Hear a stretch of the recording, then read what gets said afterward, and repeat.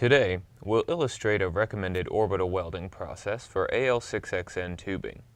Welding practices for this alloy are similar to those used on other stainless steels, with one notable exception. That exception is the requirement for an additional alloy to be consumed in the weld. Before you begin, make sure the surfaces of your components are clean to remove any organic materials, moisture, and dirt. Use an isopropyl alcohol bath to clean these surfaces. If these contaminants are not removed, they can produce unwanted results, such as pits and unwanted colors. We first start with an alignment tool to help position the components for proper fit-up. There are many tools on the market to do this, and we have chosen a piece of stainless steel angle for this application.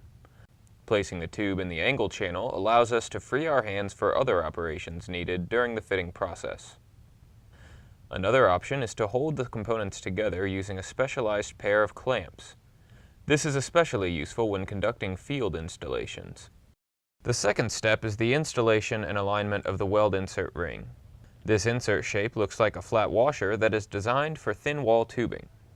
The weld insert ring, also known as a consumable insert, is an integral part of the weld joint. It is required in the weld to maintain a corrosion resistance that is equal to the base metal after welding. Never use filler wire in place of weld rings for sanitary tubing due to the possibility of insufficient alloying in the weld root.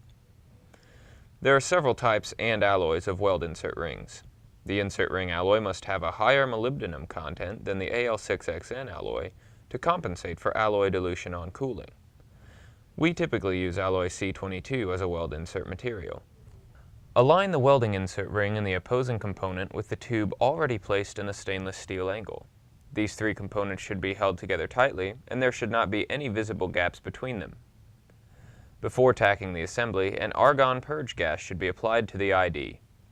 Adequate purge time should be given to prevent oxidation on the inside of the tubing. Tack all three components together.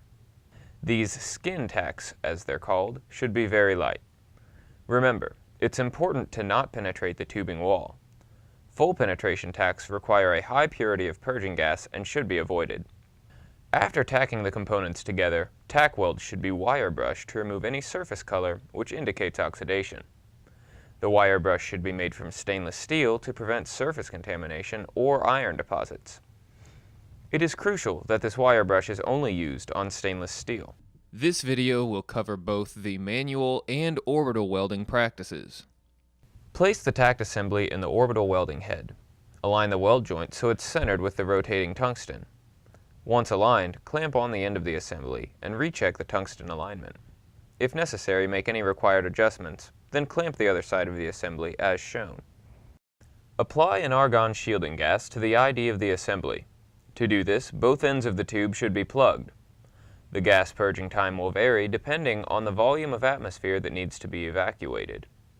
The following purging parameters are the same for both manual and orbital welding practices.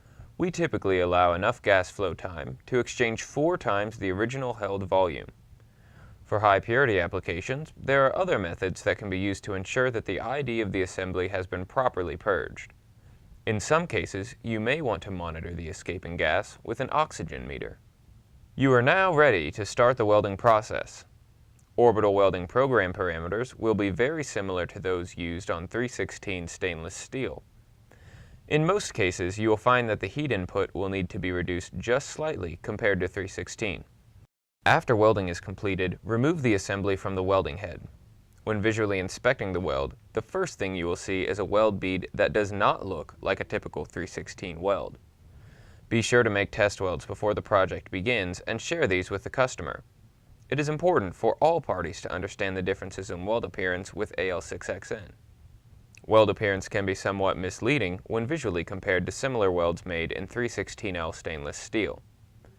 A typical AL6XN weld will have non-uniform freeze lines and slag islands in the weld bead. These slag islands are dull or blue-gray in color and adhere to the surface. The appearance of light and dark spots on both the inside and outside of the weld is common. Heat-affected zones can also have discoloration and are generally a little darker than conventional 316L stainless steel welds. If you have any questions about the welding or application of AL6XN, please contact CSI at 1-800-654-4600. 417-831-5635 or 417-831-1411. Or you can always reach us online at csidesigns.com. We have a knowledgeable staff ready to help you with your alloy needs.